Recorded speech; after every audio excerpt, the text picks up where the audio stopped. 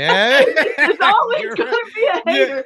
You're right. And And then one of the things I've learned is you can never please everyone.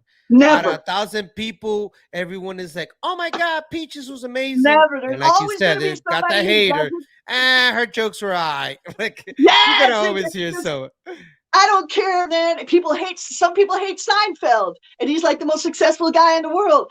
Some people hate, Chris Rock. He's the most Yeah, successful guy. yeah. It's like it's like there always is going to be haters or whatever. But when I did it, and then the audience goes, "Bah!" I mean, I didn't see her the rest of the taping. Like he wasn't around, and like, She was Meanwhile, avoiding the you. guys with the earphones that are coming and going, they're all like fist bump, fist bump. You did great, fist bump. Like they knew, and because one of the things I said. The show starts in 10, 9, 8, 7, 6, 5, 4, 3, 2, 1.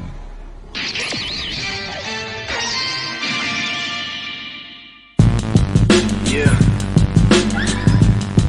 Yeah. Yeah. All right, ladies and gentlemen, welcome back to Flash Talks, history worth listening to. I go by the name of Flashback, and tonight, oh my God, I'm so excited to just introduce this person. She's been in my life for so long. We've traveled together, but let me get started. Peaches Rodriguez. Peaches Rodriguez is a headliner comic who tours nationally, regularly performs in Atlantic City and Las Vegas, has appeared on CBS Paula Abdul show, performed at the Apollo Theater, and was asked to speak at Yale's University for Women in Comedy panel. She is a firecracker who is guaranteed to make the crowd explode with laughter. She has opened up for Arsenio Hall, shared the stage with Jerry Seinfeld and George Wallace, and is also a headliner at Caroline's Comedy Club. Additionally, she is a world-class dancer. You heard that right. World-class dancer, known for her specialty in popping, and was one of the first women to do this style and was seen in a classic hip hop feature film like Beat Street. Peaches is also a DJ. She's not only a dancer, she's not only a comedian, but she gets hired and donates her time to many special causes like breast cancer prevention and Children's Leukemia Association. She has multiple viral dance videos in the United States and Europe with over 10 million hits and hosted the world's largest dance battle on Times Square. Ladies and gentlemen, put your hands together for Peaches Rodriguez. What's going on, girl? How you doing? What's really nice about all that stuff, bro, is you've been in the business. I've been in this business so long, I didn't have to lie about any of that. I didn't have to make up any.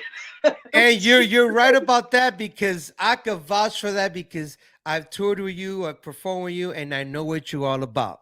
So that's official, and I love it. And I would like to thank you, first of all, for taking the time to do this with me. And I know everybody's busy. You're a busy woman. You're from stage to stage. I watch you. I see you. You're doing your thing. You're performing. You're teaching. You're doing so many things. So by you taking the time to just have a conversation with me and talk about your history, my history, and just everything that we've done together, and of course, how you started this, what you did in your life, and where you're going. So usually what I like to do for this show is I would like for you to look around the screen. B-boy. And there you go.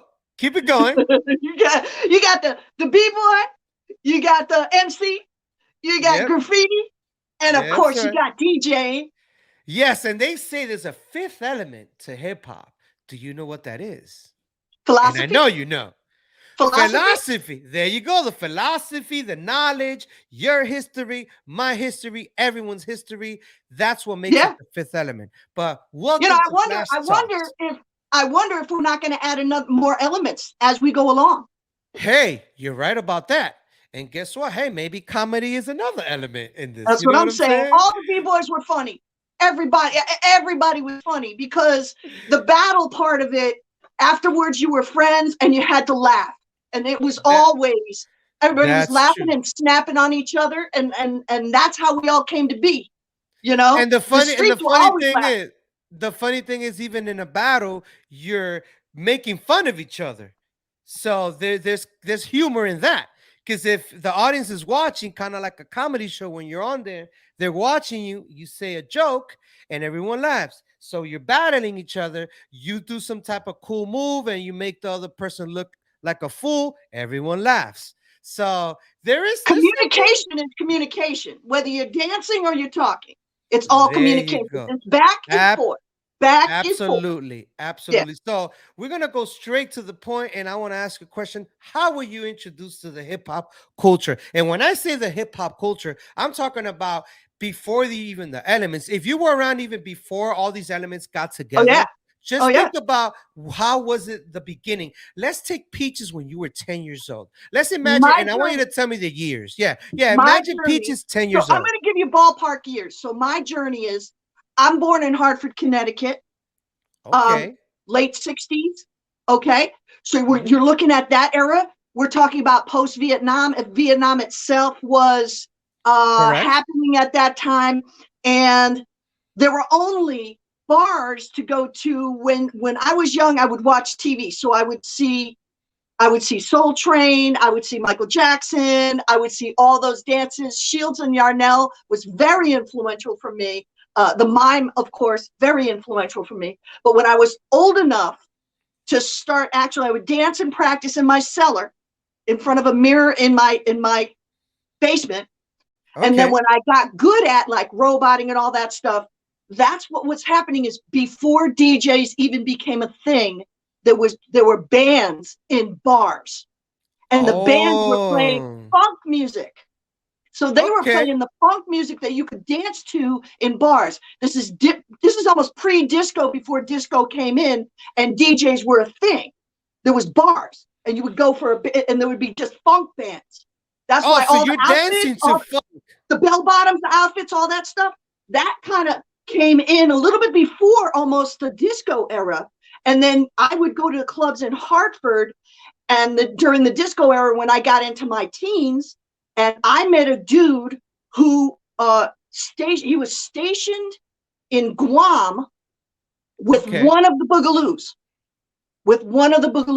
So he had the whole pop. And now I could only do robot because that's what I saw on TV. I saw Shields and Yarnell and I saw the robot.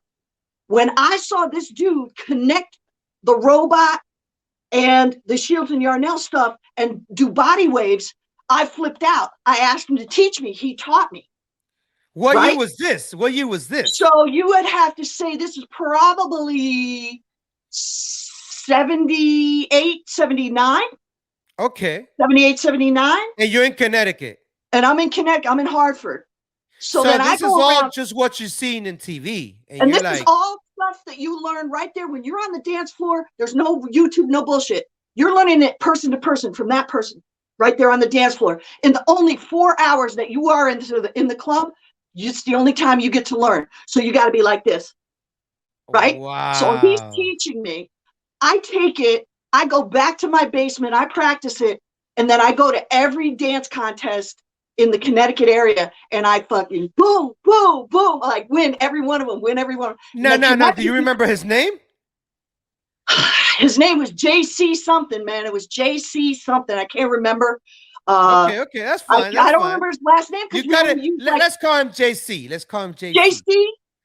His first, and my first dance partner in Connecticut, I had an Italian dude who learned the same time. We were both learning from this guy. His name is Robbie Chirina. He was a Sicilian guy, and he was a badass dancer, and he was my dance partner for that time. But even when he got into the contest, I kicked his ass. So it was so dope. It was like on some next level. So then Connecticut becomes too small for me, and I'm like, all right, I'm ready to go. I'm gonna go you know, and at the same time, I was like looking at comedy and stuff like that. I was watching it, but never, none of that ever came up. So I go to New York, and that's the time. It's in 1982. I moved to New York. I'm in the Village, and I'm at a place called Father Demo Square. Father Demo Square is on Bleecker and 6th Avenue. There's a triangle there. And this is before they put the fountain in there. It was all flat area with just benches around it. And there's a big church there, which is, I think, Father Nemo Church or something like that. And I see these dudes doing what JC did, but they're making stories with it. So they're playing electronic baseball in like they're kicking. And the other guy's got you're watching this and you're like, what the hell is going on? I go, oh, and I'm like, and like I waited until they were done, and of course they're hard rocks because they're street performers and everything. It was Mr. Freeze, Wiggles, and Fable. Wow, that's amazing. That's amazing. And so you like, didn't even know, never seen them in your life? Never seen them in my life. So wow. I follow them around. I'm like, so where you going to be? Where you going? And they tell me about all the different clubs that they go to and shit. And the Roxy is one of them.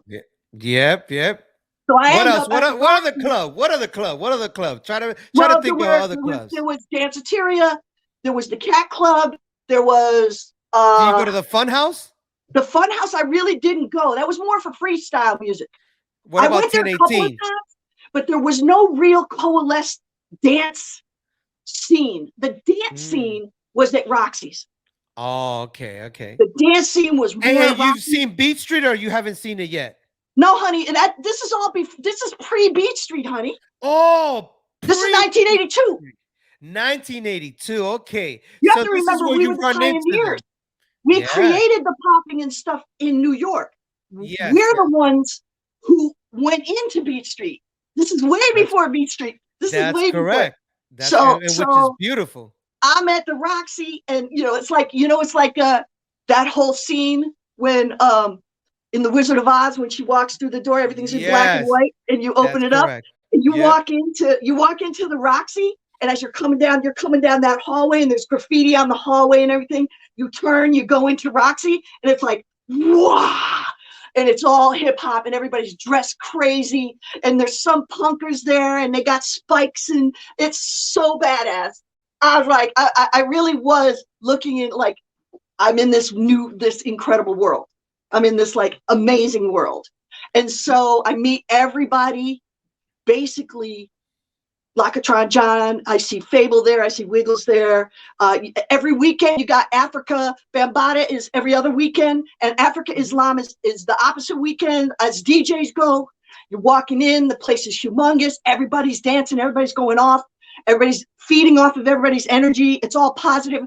Black, white, Latino, gay, straight, whatever. Like creeps, strangers, whatever, drug addicts. So now let me ask you a question. When you're walking in for the first time, the fact that you got an invitation, what was the feeling that was going on? If you could kind of explain it, what were the feelings going on in your body? It was like, I finally found home.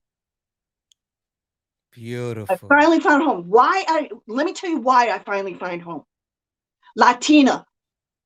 Growing up in Connecticut, very white, blue collar, suburban neighborhood, go to a school, got called the N-word every day, got called the S-word every day. You went this, you got that, and back then, straight black hair, Native American look, almost like a Native American look, very Latino looking. So what that did is I'm going to back pocket that frustration, that racism, that feel. I put that in my back pocket, and that's the fuel, sometimes the rage that you use to push forward to go. Yeah? Yes. And within that, moving back to the Roxy, as you're walking in, all of that otherness you felt as other from Connecticut. I'm looking at, these are my people. This is my tribe. Wow. So now you're walking in, this is your tribe, and you're approaching the dance floor. Now you're seeing people punking, whacking, popping, locking, freestyle dancing, lofting, hustling, all that, everything. You see it Now, everywhere. What's going I'm on going in to your say, mind? now you're saying, now you see how you have a word for each style that has coalesced over the years. Yes. That's to prove you're another generation. Because Yep. at that point, the gay dudes in the corner were formulating whacking. Oh, okay, okay.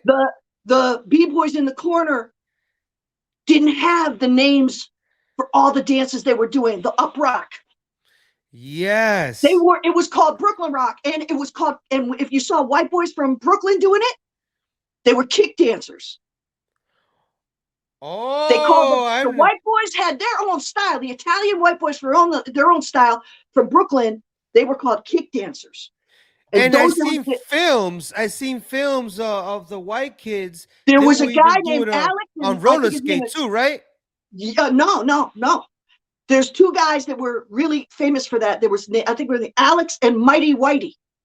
And they were two boys from Brooklyn, and they did. Oh yeah, it was so That's cool. hilarious. They did the kick. They just like it's like really like, and it's so like it spoke Brooklyn. And I don't mean like thug Brooklyn, like Italian Brooklyn. How you doing, Brooklyn? Correct. So they Now, had their own, like when you would see guys, they would have their own crew. And then there were the girls who were kind of Madonna-esque punk.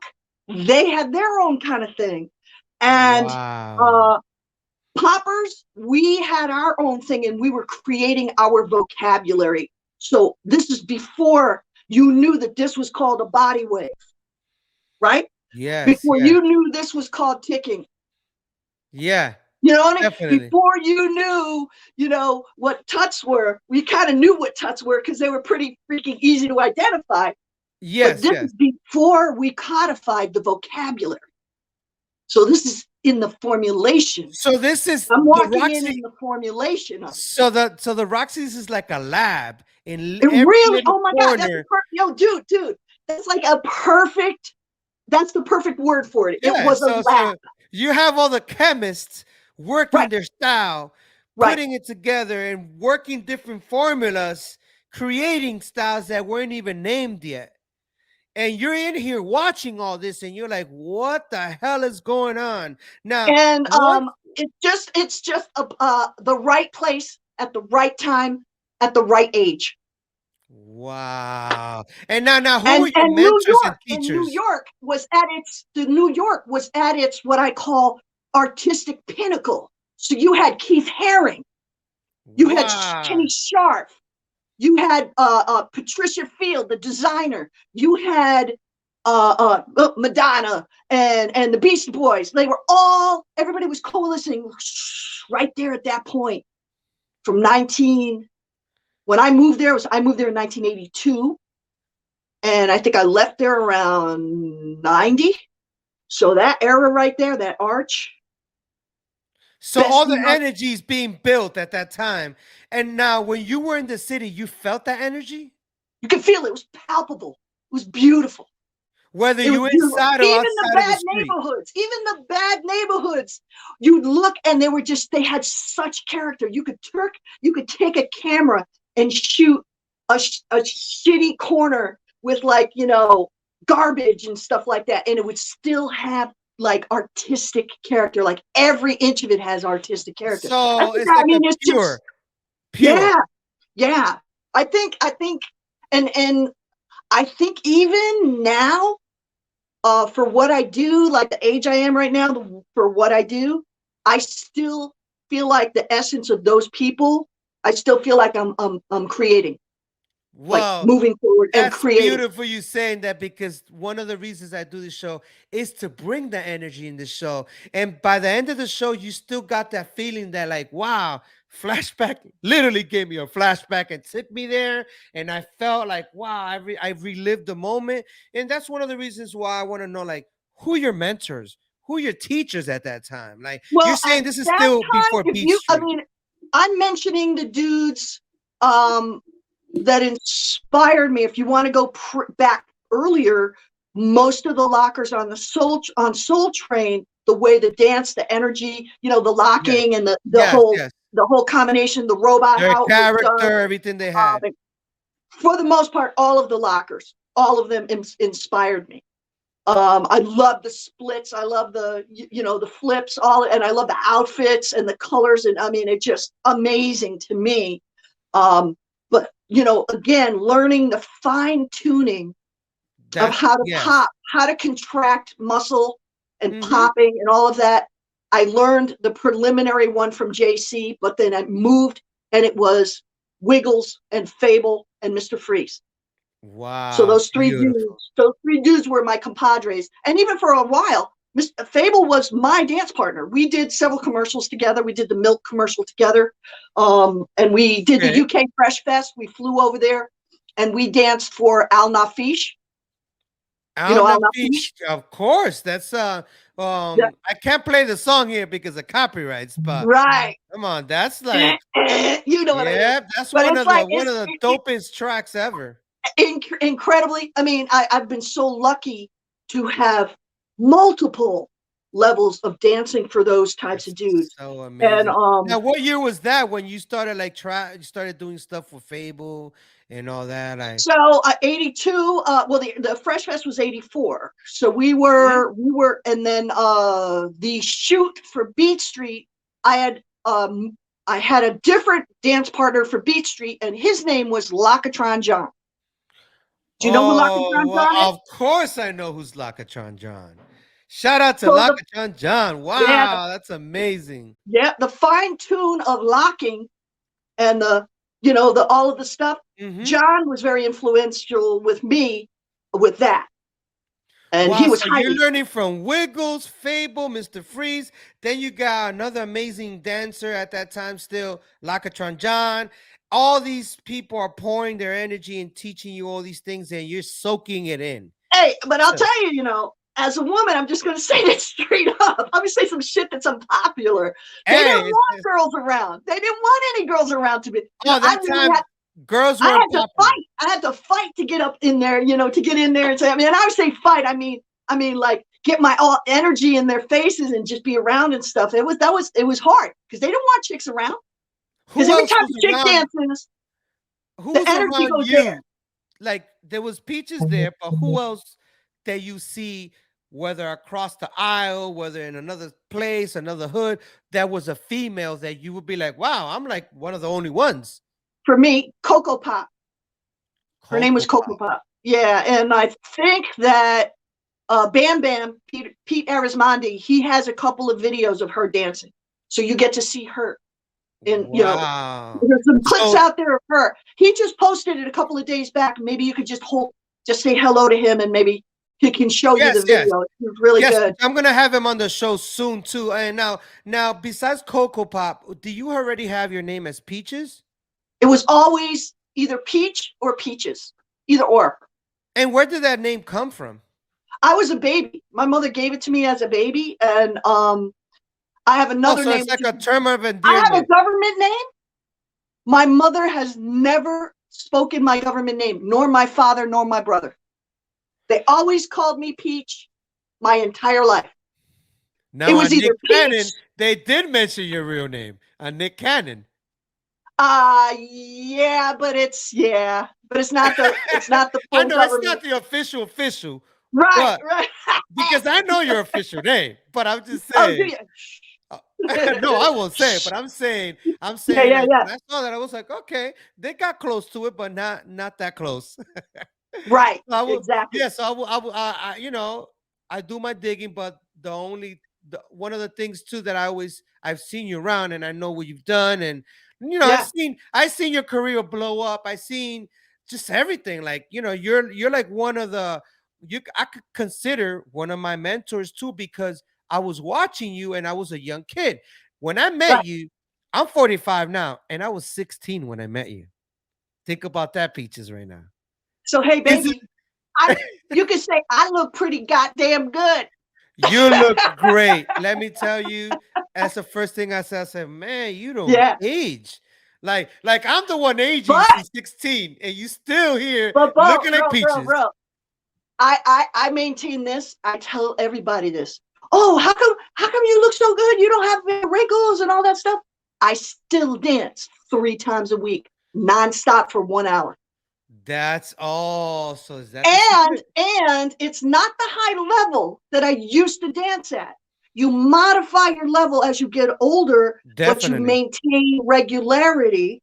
I do Definitely. salsa, bachata, reggaeton, regular style hip hop, aerobics, all of it, 3 times a So, week. so you're staying, you're keeping yourself moving. You got to keep moving that I body. That's yeah, I basically mean, no matter what, I think no matter what you gain in terms of weight and getting older, if you still stay moving, you're going to stay true to your whole, like everything, your whole essence. You know, we got chi, right? You know, we got chi. yes, of course, of course.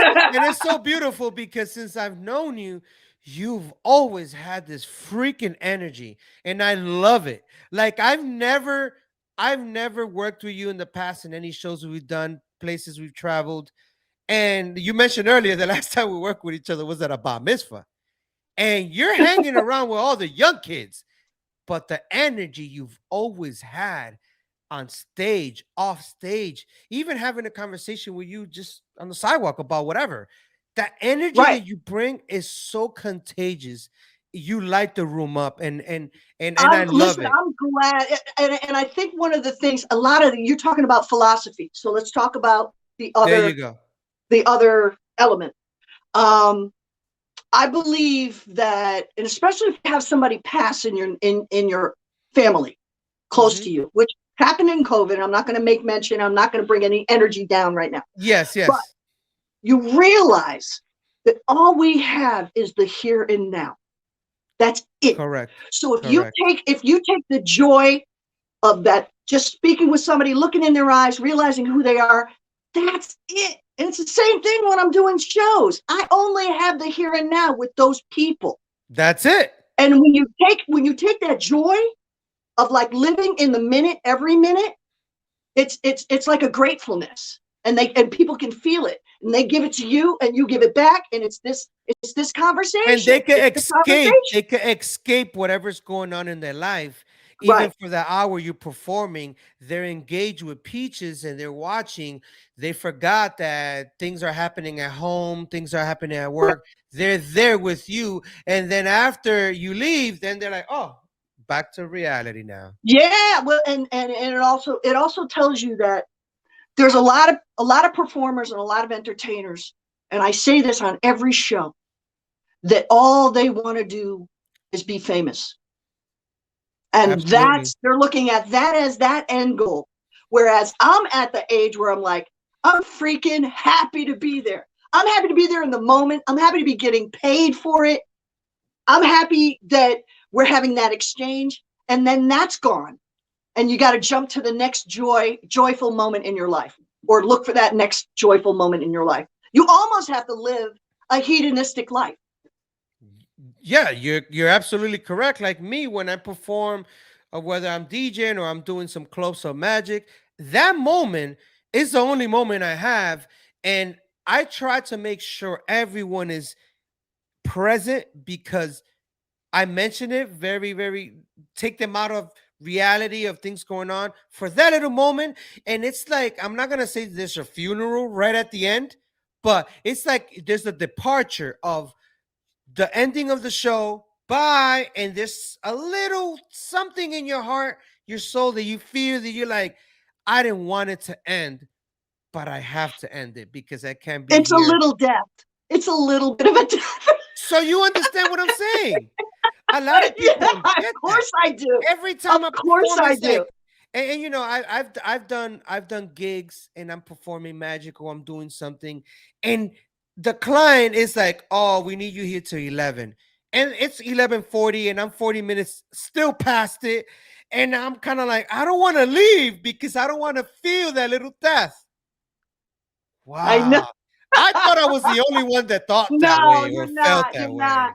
I have a conversation with my fellow comedians after you've done this incredible show, and entertain people from 30 minutes to 45 minutes, and you're done, and everybody, gives you a hug on the way out. They feel this level of connection with you, and you're in your car and you're by yourself driving. It's then when it hits home, you're like, that was great, but here we are. I'm driving back home. And the look on people's faces, how they're looking at you. Like kind of like they're like, why do you have to kill my happiness right now that I've had an entire life, 45 minutes of enjoyment, of joy, and I can imagine you watch audience that come in with a face that you're like, man, they're going through some shit, and then you go ahead and then now they're like, get rid of it, they put it away. Then you see that everything starts coming back, kind of like, all right, this joy is about to leave now. Bye, pieces. And then they're like, damn, back to my miserable life or whatever. And I tell a lot of fellow like new comics, and I go, they want that HBO special, and they want to get on TV and do Jimmy Fallon. And I say, you do realize that spot that you do on HBO is going to be over, and then the Jimmy Fallon is going to be over, and guess what? You're going to be right back working with me here at some VFW hall, because that's a commercial. Jimmy Fallon's a commercial. HBO is a commercial for your private events, for you to do your live stuff, charge a little more, but still have the connection with your audience. And there's levels to doing what we do. I'm at the level where I'm in rooms with 100 to 300 people. And then there's the Kevin Hart level, where you're in stadiums and you're in like huge concert halls and theaters. Still, that's still him connecting with the audience in person. So all the television and stuff that he does is still so he can do the live stuff and connect with the people. Wow. It all goes back to that, no matter what. See, when I say that, bells go on in these young kids' head, and they're like, you have to do comedy for the sake of doing comedy. You have to dance for the sake of dancing.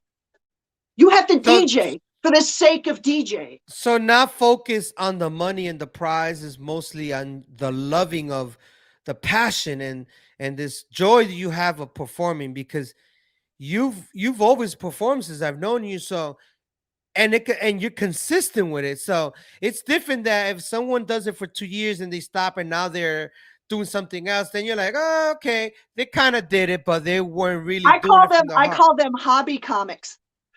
Hobby comics.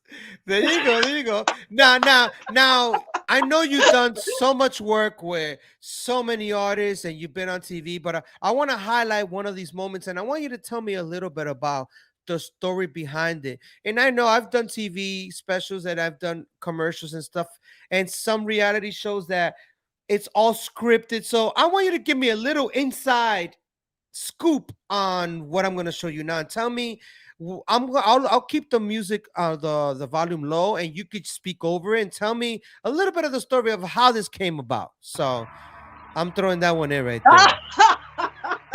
What's that about right there? Are you going to play the whole clip? Do you want me to? Yeah, I mean, you can if you want. Killing it. So the bald guy is Michael Jackson's choreographer.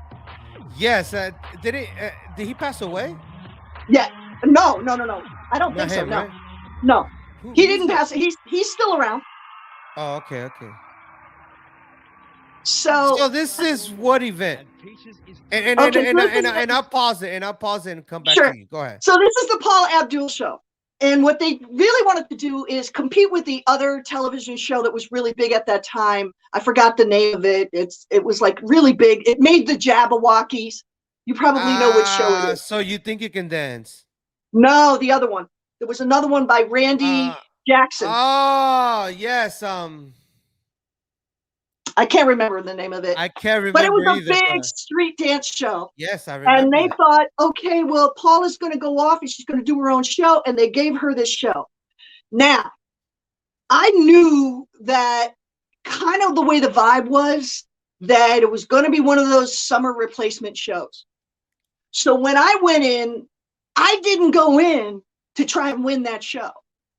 I went in to punk Paula Abdul or the other judges. I went in with a definitive goal to go in like that. That's amazing. Matter of fact, it was really there was like a funny lady who in the green room, she goes, do you sing or something? I said, yeah, I'm an opera singer. And then so what happened was I go in there and as soon as I get on stage, I turn around and look, and I swear to God, they had these curtains that looked like they came from Party City. Wow. Yeah, they look like sequins from Party. I'm like, yo, what did they do? They just taped these big long things. I'm like, yo, this is a real zero budget show. So I knew. Meaning we seen things better at bar mitzvahs. I'm telling you. And so I knew they weren't going to pass me, but I did, I went through the motions. I had the music done straight like that. And Michael Jackson's choreographer knew who I was. Because he looked sideways. He goes, oh, you coming in stealth. He knew. And then I wasn't going, after he said yes, and Paula said yes. Oh no, Paula said no. And then this other girl from the Pussycat Dolls said no. I said, and she was the last one. And I said, oh, skinny girl's a hater. And the audience went, bah! Because they had never seen somebody talk back to the judges and rip on the judges and snap on the judges. That was before a lot of it had started happening on America's Got Talent. I was the first person to snap back on the judges, and they left it in. So they left it in so that the Pussycat Doll, she actually got she was like, I don't even remember her name. Like nobody does. Oh, but they remember me. Let's watch that part. Let's watch that part real quick right here. You were good. You were really, really good. Thank you. I wanted to see more from you. I think that once I saw the few moves that you do really well, it was the same thing over and over and over again. Skinny girl is a hater. Hello. Oh! You so expressive in See the audience? I would like to see more of this personality in your dancing. Like break out. Well, and give really me another engage. chance and I'll give it to you. Honey, you get one chance, one dance. Peaches, dance is obviously something you love. I do. But you're a natural born comedian as well. Thank you. It's awesome. Your niche should very well be a marriage of the two. There you go. Okay, and there you go. Thank you so much. Okay. And I did it, didn't I? I did it, didn't I? Thank you, Paula. Did. And guess what? Even before Paula told you that you were already doing it. I was already doing it. You were already doing it. So maybe on a national level, people weren't seeing it on TV, but you were already doing it. That's in a weird way. But that's in a weird way my job, because nobody sees it coming. This whole look, there's a reason for that. Which is amazing. It's purposeful. And I've seen it live in shows that we've done that they would never expect. Like, I don't know, where you're looking, you're standing there, and they're like, and I don't know where you throw a wave, and they're like, what the?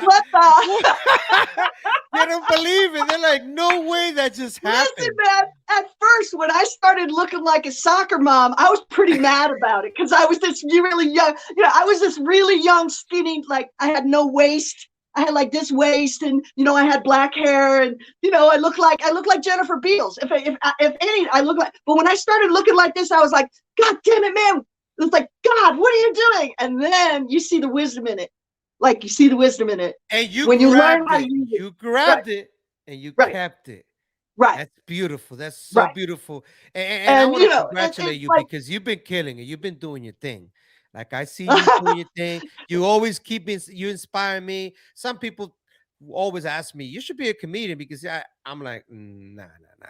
But they said, man, I'm serious. But I will honestly say the years that it took me to do this was the same amount of years that it took me to learn how to dance. And that was a lot of years, because if you look from 77 to where I started really getting good was like 84.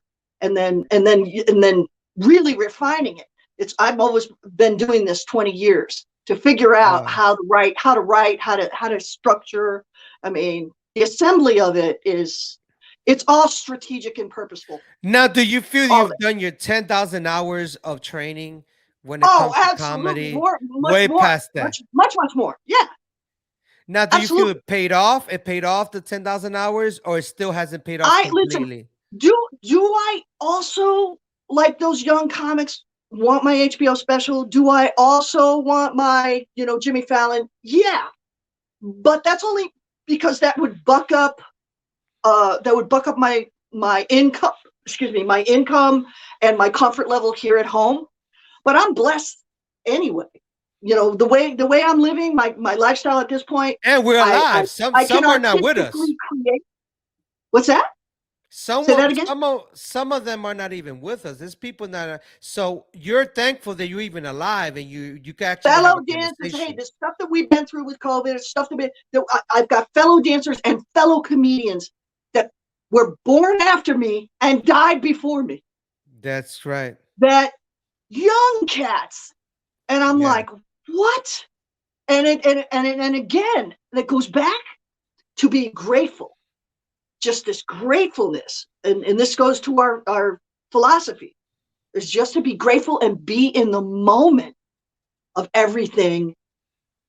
When you're performing, you're giving to them, they're giving back to you. Energy. Beautiful, beautiful. Now, there's more footage of you out there, and Oh, I there's want you to tell me about this with Nick Cannon. And I want you to explain, was this, because I know I've done TV work, and some of them are scripted, like America's Best Dance Crew and America's Got Talent.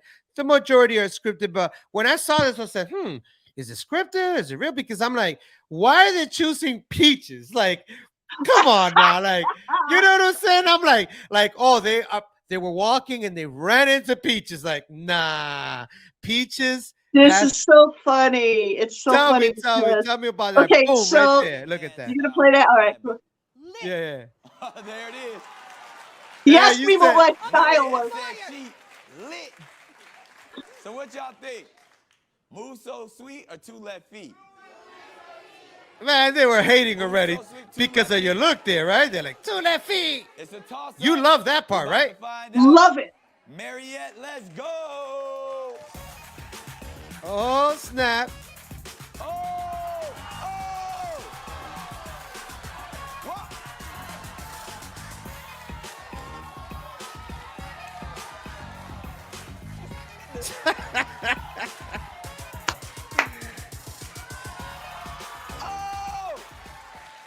Amazing, amazing. Boom. Look at that style. She was definitely That character. It never goes away, man. Never goes away. And let me So tell there's you. so a lot of stuff comes through my feed and my Facebook and my emails. And it was just some weird thing that I said, oh, we got a morning TV show. We're looking for people who might or might not be able to dance. If you think you can dance, here, give us a call or give us a email and send us a video of yourself. And so I send it out. And it's this female casting director on his, staff there. And she calls me back. She goes, I think you might be what we're looking for. I said, okay, fine. Yeah, that's cool. All right, great. And I watched the clip. So I knew that this was a good setup clip because nobody would ever in a gazillion years expect me to be able to dance. So I said, so they like casted you. They casted you right. They saw a profile. You saw a comp card or something. No, this is how it worked. This is how it works. Is it came through my feed. I email them both my name and the video. And this goes to the casting person who she doesn't communicate with Nick. She doesn't tell him. She just puts the people together. So this is what happens. She doesn't get back to me. So I figured, okay, I'm not on this show. Then what people don't know in the industry is in a show, they have multiple casting directors. And those people compete against each other. So there was another guy on the staff who also emailed me, and I sent him the same video I sent that girl on the staff. And he goes, oh my God. Like he goes, oh my God. And he said, you're on it. And he puts me on it. And I was dying laughing because this girl, I had communicated back and forth with her for 3-4 weeks. But she didn't choose you. She didn't want me. So the Skinny day hater, comes, skinny hater. The day comes that because it's like kind of COVID and we're sort of outside. We kind of stayed separate from the audience and we're outside on the sidewalk. She's coming this way. I'm coming that way. I go, hi, how you doing? And she was like, hey, wait a minute. Hey, what? And I said, yeah, so-and-so put me on the show. And she was like, and of course, it's one of those videotapes that like, I rocked it. She didn't know that I could also speak on top of just dancing, that I was on. And I told her that I was a comedian. So, you know, she should have known. But that's what I love is there's always, even at high levels that you get to, there's always going to be a hater. Yeah. There's always going to be a hater. You're right. And one of the things I've learned is you can never please everyone. Never. Out of 1,000 people, everyone is like, "Oh my God, Peaches was amazing." Never. There's and like you always said, gonna be there's got the somebody who hater. doesn't- Her jokes were alright. Like Yes, you're gonna always hear so. I don't care, man. Some people hate Seinfeld, and he's like the most successful guy in the world. You know, some people hate, you know, Chris Rock. He's the most successful guy. You know, it's like there always is going to be haters or whatever. But when I did it, and then the audience goes, bah, I mean, I didn't see her the rest of the taping. Like he wasn't around, and like, you know. Meanwhile, the guys with the earphones that are coming and going, they're all like, fist bump. You did great, fist bump. You know, like they knew. And because one of the things I said to the casting director, both of the casting directors, I guarantee you great tape. That's it. They know. I'm going to give you great tape. Those are words that only a professional. Only professional. You know what I'm going to do? I'm going to make you look good. You'll get a promotion. That's what they want to hear. And they got you right. This game is multi-level. This game is strategy. This game is multi-level, my friend. And you've learned it, and you're very good at it. And I learned from you. I learned from so many people before me. The mid early 2000s, I was actually one of the almost extra casting people at America's Got Talent. I brought in their urban dance acts. Look at that. And 3 of my people got to the very end. They got to the last 10. Can you so name I those, know that those I know that even within I know those? the levels that they got to pass to go through this reality show thing. I already know it. Who was the talent that went up there that you sent out there and they made Havoc? any names? You don't have it. Havoc. Okay. Was Havoc one of them? They were flexors. They were the flexor guys. Yes, I remember that. Their back. All those guys, yeah. Awesome. Now I know that there's so much things, and remember we can never cover over 30 years of entertainment and things you've done in your life. But the Times Square, this one right here, talk to us about that right there. Oh, my favorite people. That's Quick and Rock were involved. Shout out to Quick Step and Rockefeller. Oh, they are the best people in the planet. There she is. There's Rockefeller right there. Yeah, I love her to death. She offered to let me host a dance contest, one of the biggest dance contests ever done in Times Square. And just one, it was a popping contest, whatever. You were the host because it looks like you did a solo host. Yeah, I didn't judge. I just hosted. It was just a short little thing. It was like one night. But it's dope. It was like New Year's Eve in the summertime. It was freaking awesome because there was that many people. There was that many people watching it, which is amazing. And you were there blown away, like, wow, like I'm doing this. Right. I believe that if my information is correct, Quick and Rock did an entire week of putting all the street dancers that have never gotten the love on that stage, all the subway performers, all the street dancers, all the dance crews that have been working in this business for 1 week. That stage was up. Each one of them got a showcase to be on there. And here's the thing, 20 years before that very space, cops would chase them away and arrest them for being in that very space. I was one of them, like in the street dancing, and things go south. Sometimes you're not supposed to be in the corner that they tell you not to be, and I see you again. That's it. And it But as happened we've to the evolved, best as of the us. world has evolved, now not only did we all dance on Times Square with the blessings and the shine and the love, but it's all like half of Broadway is street dance. Half of You're right. Broadway You're right. is You're like right about that. you gotta have popping and locking skills now to get on some of those Broadway shows. Wow. So That just going shows back, you from going back to the time of like after you went to the Roxy, you're learning from everyone. Now you're hit. Now you're doing your thing. You're performing. You hear about Coco Pop. You're in the scene. You're traveling. When was it that you started getting serious and getting into comedy in a professional level? there That was a very singular moment. I was doing a showcase. Well, first off, I had dabbled in an improv group. I was in an improv group just for side stuff, for giggles and stuff. Mhm. I'd go and I'd learn how to do it and whatever. But it was like not really that much a big part of my life. And I was still dancing for these bar mitzvah companies. And there was a showcase. And I jumped from a stage, those prefab stages, from one yes, yes. stage down to another, and the stage moved one way and my knee moved the other way, and my Oh knee snap! disconnected and I tore my ACL. Oh, I went through that one already.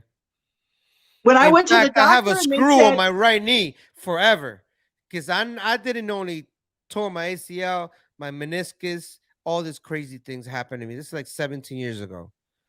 the Wow, no, no, moment the actually doctor more than tells that, more me, than that. the moment the doctor tells me I won't be dancing for a year, I Oh, cried. I cried. It yes, was I could like imagine. everybody in the office turned around and I was tears. I never forget that day. And you come home and there's like talking about feeling a certain death. I felt that death. And Wow. what I did was I kept nice copious notes, like for my improv stuff. And I just assembled this thing, this cobbled together an act. You went to a lab. You went back to the lab. Yeah. I went and I sucked for 10 years. Shut up, for real?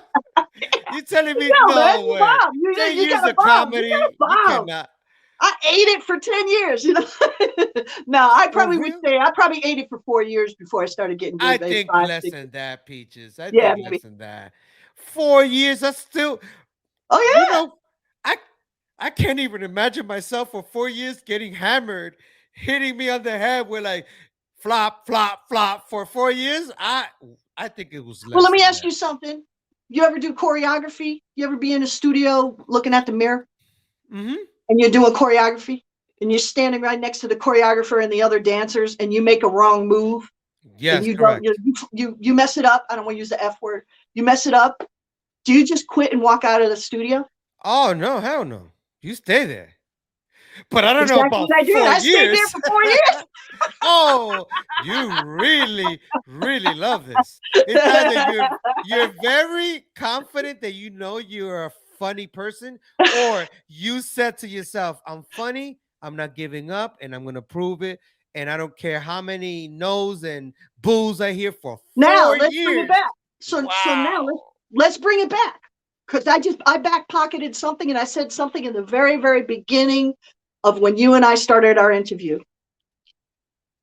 Besides knowing how to do comedy, you also have to have an underlying purpose for being up on stage, which Your why. adds levels. It adds levels.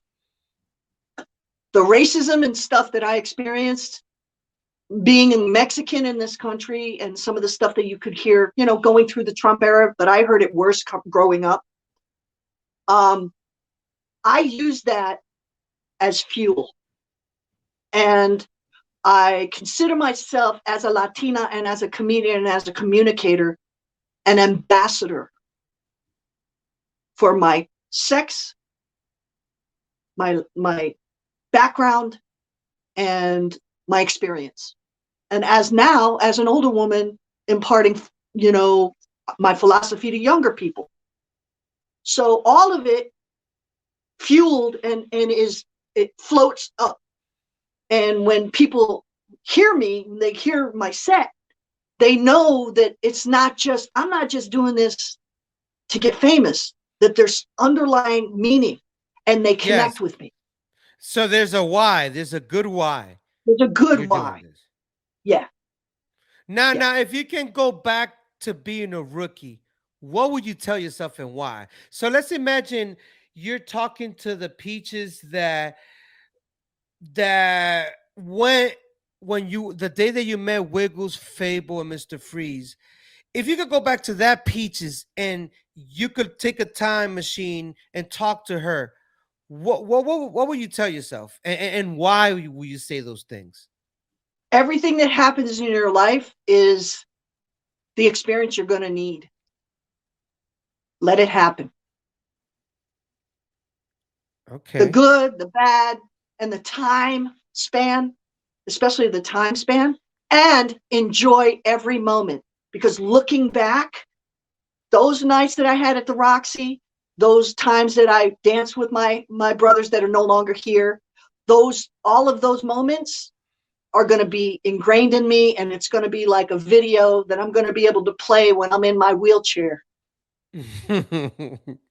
Absolutely. So is there anything else you would tell young peaches back then besides those things, if you could think about it right now?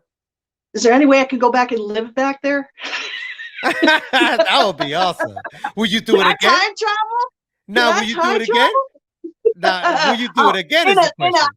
Every step that I made, like, I would not second guess and say to myself, do everything you can. I'd actually say, crank it up to 11. Okay, like whatever I did, I don't think that I did it enough. And I was pretty in your face back then. I was pretty damn in your face, but I'd say even more. Wow. So I don't regret a single thing I said to anybody. I don't regret a single thing that I did. There's very little that I have as regret because I lived my life really super honestly. And it was because you're living in the present. You were living in the moment. The feelings that were happening that moment, that's what you were feeling. And whoever was in the way, they're going to feel that from you, correct? Yeah, man. I pissed a lot of people off. I pissed a lot of people off by being this ballsy chick. You know, look at you now. Guys don't like ballsy chicks. They don't like ballsy chicks. And that's okay. Definitely. Like, I realize that now. Now I'm like, and only the people that are with me and step with me, as far as guys that I've been with past and the man I'm with now, who I've been with for 24 years. Congratulations. That's up there, 24 years. He's got the smarts, the wherewithal, and the mentality and the politics to be with me. The right side of it. Wow. You know what I'm saying? It's going to take a certain man to be with you to completely accept you as Peaches Rodriguez, correct? we don't get too deep into our like personal stuff. I mean, but when you're private, you know, how you live your life, or your philosophy goes back into your politics of who you are. I mean, I'm pretty, I mean, by the time the end of my comedy set rolls around, you know who I am. You know what I believe. You know what I think. You know what I used to think. You know, my whole physicality. Like, I'm giving you every level of who I am. So you're very vulnerable in your shows. You just vulnerable? Say how it is. Yeah. You mean vulnerable, did you say? Yes. Oh yeah, for sure. No, I think it's key to everything, you know, is that we all have stuff we failed at. I think bombing is what made me a good comic. You got to bomb. Yeah, so you have to fail a lot to understand where you're good at and where you're not. Now, every time you will bomb, you will fix something? Yeah, you tweak. Yeah, of course. And I call it so how will you define what's good and what's bad if you don't have anyone telling you what's good or bad, but you're only hearing the bad? The good thing, well, here's the thing. you're talking about putting together an act and jokes. Is that what we're talking about specifically? Yeah, or Okay. even performing, just performing The in whole general. Like, concept is I listen to what the audience responds to. okay, You only know. You have an instinct, like you get really good at knowing what's funny, but when you really put it out there in the rhythm of how you put it out there, memorize it. I call it wordsmithing. Okay. I like You know, like that. a I like that. blacksmith. You know, like a Yes, blacksmith tinkers wordsmithing. with metal and shapes it. Yep. Wordsmithing. Beautiful. All right. I hope you guys are enjoying the show right now, but this is going to really help me a lot. If you guys subscribe, share it, post it. This is not only going to help me, but it's going to help the hip hop culture. So, on that note, we're going to carry on. Now, in the current state of hip hop culture, and you know that's where we've lived for a long time. What is something you would like to change, like right now, meaning 2023? Okay, I think that I think hip hop itself needs to honor and even keep afloat some of the original guys who created it. The music, especially, bring back some of that electro funk, man. Bring back some of that Soul Sonic Force stuff. Bring back some of the old school, Kool Moe Dee and some of the old school rappers. I think we need to bring all that and respect them and honor them. This new mumble rap crap. Oh my God. The stuff that I hear on radio is just it's so put out there, pre-packaged crap that it's not good. It's not good for anybody. It's not good for the generation of now or even in the future, right? Just here's my take is that there's two huge universes of hip hop going on simultaneously that the general population has no idea about. Community-based hip hop events. Yes. Jams. We used to call them jams. That's correct. But when people walk in, and this especially in summertime, there's a lot of jams that go on in New York City in summertime where they put a DJ out in the parks and know it's going to be a sunny day, and they started at like 4 or 5 o'clock in the afternoon. They go till 11 o'clock. When regular civilians walk through and they got a hip hop DJ and everybody's dancing, and there's this every type. Black, white, Latino, old, young, Chinese, whatever. They're all dancing, having a good time to like some old school 70s hip hop music and 70s, 80s, 90s dance music.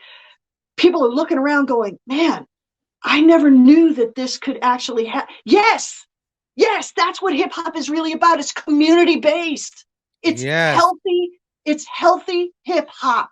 Healthy hip hop. The party vibe of everyone having a great time instead of division of battles, and that's it. It's not back to how it used to be. It's not denigrating women. It's not freaking strip clubs. It's not, bottle surface. It's not throwing money in the air. It's not about that. Real hip hop is healthy. Real hip hop is community. And especially some of these great kids stuff, like the Kids in New York, that b-boy dance contest that they do. Mm-hmm. I mean, if somebody gets a camera, I believe is that Kid Glide. I believe. No, it's Karate Anthony. Oh, okay. Karate Anthony. Okay. Karate Anthony. That's the Karate Anthony from I believe he's from either Queens or Brooklyn, and he throws it called Kids of New York, and nice. And it's somebody needs to get a camera in there so that they can see the level of love between real hip hop and the community and kids and older people. And it's got to be seen. And that's what needs to be put out there in the media. That's what needs to be promoted. You're 1,000%. Now, this is one of the questions I usually like asking. What is something you can contribute to the culture to make it better? And that you have already. But I'm saying, if you have to mention to someone something that you can contribute to the culture from your side, what would it be? Look at this. Don't judge a book by its cover. That's a good one. What else? Hip hop, the way we have it, it came from, it can be inside anybody. So it's a force. It's a force. We still have to respect our history, our hip hop history. If you're gonna do this dance, you also have to know how it came about. You also have to know why it came about, especially coming through the 60s and 70s, coming out of Vietnam, how we wanted this music. We needed this music. We needed this dance. This dance was a form of celebrating the end of the 60s and Vietnam and the oppression, funky, that's what disco music is, locking in. This is celebration. This is energy going out in all these different directions, because all we saw in the 60s was how many of our brothers and sisters were dying in Vietnam every night on the news. Boom, boom, boom, boom, boom. Then all of a sudden Soul Train, and then bam, we're out of it. We're out of it. We're pushing it behind us. So you guys are celebrating mourning in a positive way with joy and happiness and dance, and I've never really thought about it that way. I read a lot. Wow, like I never knew it was like that powerful, because I know Woodstock and Vietnam and all that. Like my dad is a Vietnam veteran. No. And I didn't know it would jump all the way. If you look at Woodstock, which was 67, 69, 67, something around there, yeah. That was for rock and roll. You still had a whole underpinning of Black and Latino people who knew how to dance, who were doing party dances in their houses and in their communities, especially because with of their Latinos, culture.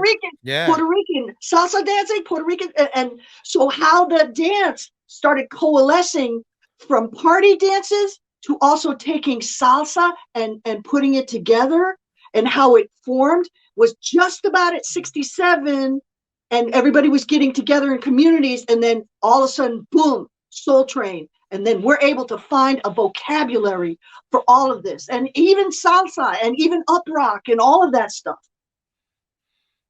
Now, all those dudes that were back then, the pioneers, everyone that was doing it and passing it to the next person, having a good time.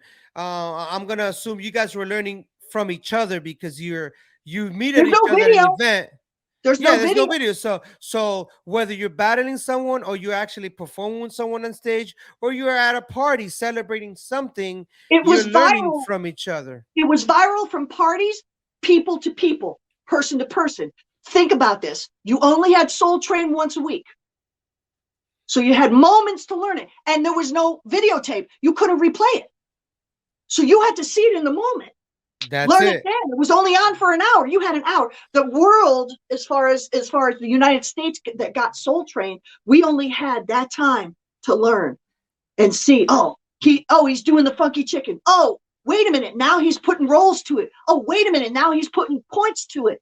Remember, there's an evolution to this dance. Correct. And the party dances, you had to learn the funky chicken, or you had to learn, the two-step, or you had to learn the bump. We used to have the bump. Yeah. You know what the bump was? Yes. Right. So you learned it. Right. So we had to learn how to be funky with it and like, feel the music and everything. So a lot of the evolution of it was, you really only had Soul Train. You had occasionally seeing the Jacksons and the Silvers and all of those other on like Sonny and Cher, some of these variety shows. Dick Van Dyke, Carol Burnett. So that was the only time you'd have to say, the Lockers are going to be on Carol Burnett tonight. Now you watch it, right? You knew they were going to be on, so now you watch it, because you had your little TV guide. That was the only way you knew. That's right. And then later on, you started seeing. Yeah, then you start seeing Family Matters, and you see Rerun. That came later. That's 80s. That's 80s. That's what I'm saying. But after, right. Like way after, it was still showing up somewhere, like little glimpse where there's a little bit or a lot. Right. But it all started already after. But what happened is, in the community, the people who really they saw it and went, whoa. Because it was only on for a few seconds at a time, but it went whoa, and it was burned into people's memories. That's how powerful this dance was, because it was like whoa, it blew your mind. You're like, when I saw the Lockers, I was like, I got to learn how to do that. I want to learn how to do that.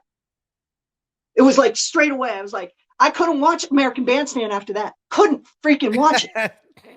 You're right about that. Wow. So now you're performing, you're traveling. Now let's say now you're moving on from the 80s, because I could imagine how many stories you have from the 80s, and you're already a hit. Everyone knows who's Peaches. Your clubs, performing, traveling, commercials, all that. Now you're in the 90s.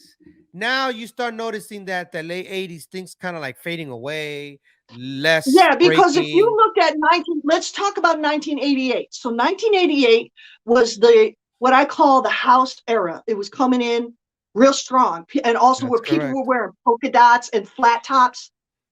So you would go into a club, and people would dish you if you were popping.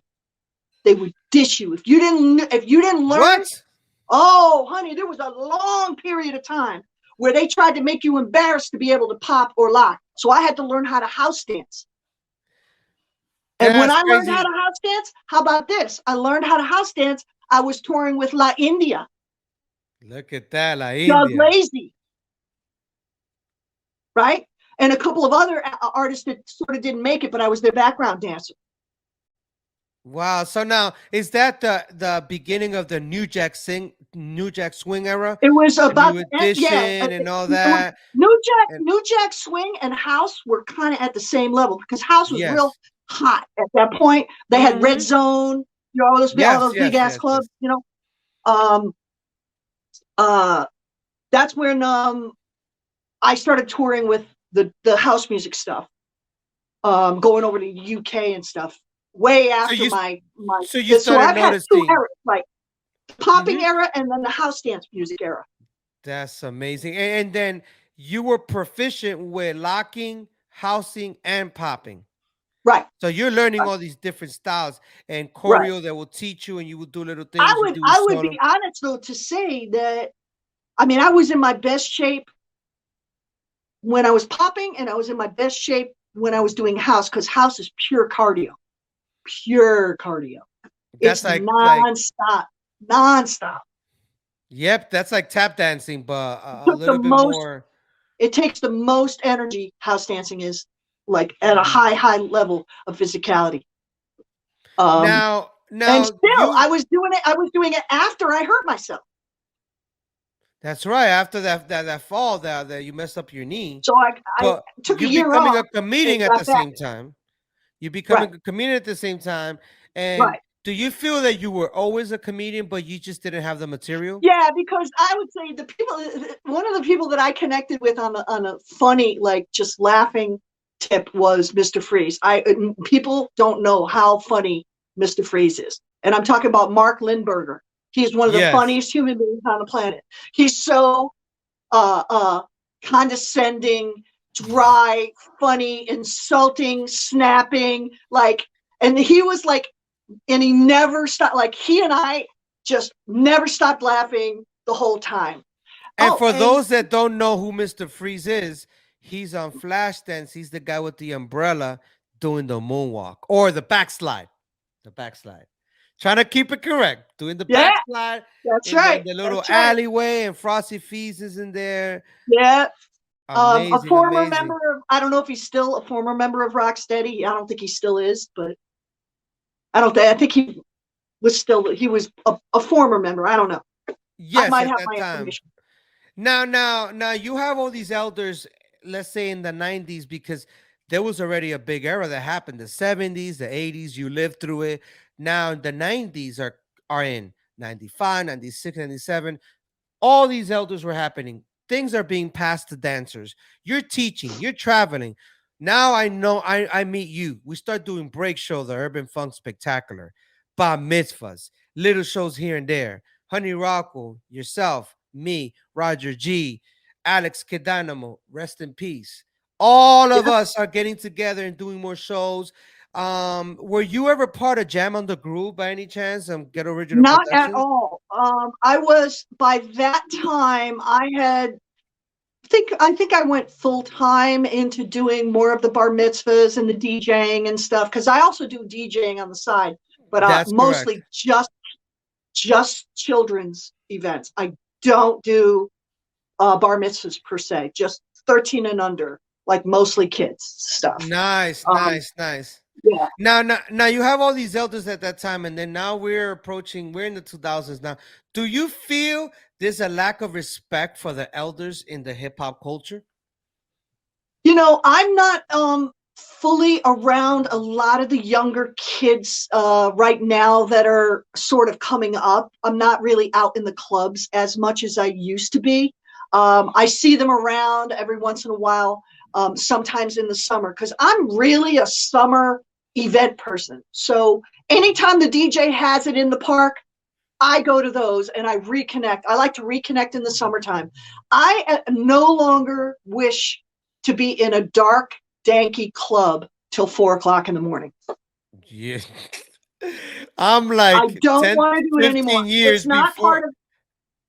I'm 10, 15 years younger than you, and I don't want to be part of none of that anymore. No, Because I did it no. too But much. listen, God bless you if you do.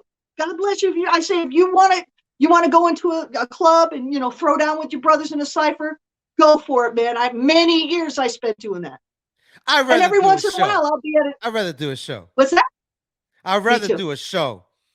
And you Yeah. know that. Immediately you mention a show, we're going to be there. But Right. that whole nightclub, VIP, popping bottles, first of all, that's never been me, and that's never going to be me. It's not, Right. I don't know. Right. I belong on the dance floor. I don't want to be standing around with bottles. Hey, look at me.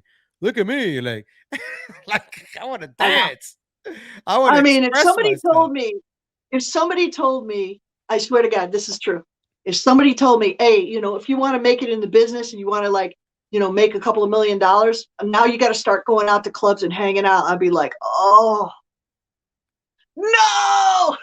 Yeah, you don't want to go backwards, right? You don't want to go backwards at all. Yes. Amazing. Now you're traveling and you're doing everything in the 90s, and we're performing. We know each other already. You're DJing for the kids. You're doing comedy. What is something people seem to misunderstand about you? That I'm literally more artistically drawn to. I'm like a painter. I have to be moving forward all the time. I have to be doing something artistic like every day. Every day. Whether I write something or I create something new or another kind of like anything in my personal life. Like a lot of people don't know that I build waterfalls. What? Wait, you build waterfalls? You got to see my waterfalls. It's great. I'm gonna Wait, send this video. you know what? I seen something one day on Facebook. Dude. I think it was your backyard. You have all these rocks and things. Dude, I have 3 waterfalls in my backyard. And guess what? And it looks like the water's coming from, it's coming from the beautiful. ground. I know exactly what it is. You posted something a while back. Yeah. That So is I awesome. I use that as my zen. Like I use that as my zen. Okay. I'm taking notes. Just I have koi. I have koi. You got some kois too? Yeah, I got koi. They're in my backyard right now. They're like in the wintertime, they line up like submarines and they just do this all night. Like they just stay in one spot and they don't eat for months. They don't eat. No way. No. What? People don't know. How do they survive? They literally hibernate on the bottom and they just do this. It's so stay cool. warm. To stay it's warm. Crazy. So when do they start eating? Usually April. So what I do is at some point when we get the 75-degree day, I take the water out. So the drain, I just literally point the waterfalls out, drain it out, and put in new water. So it just flushes it out. And the fish get used to the new water and then they wake up and they start swimming around. And when they start looking for food, that's when you feed them. When they're ready, they tell you. It's crazy. That's amazing. It's crazy. People don't know anything about it's crazy. The only thing you got something right now.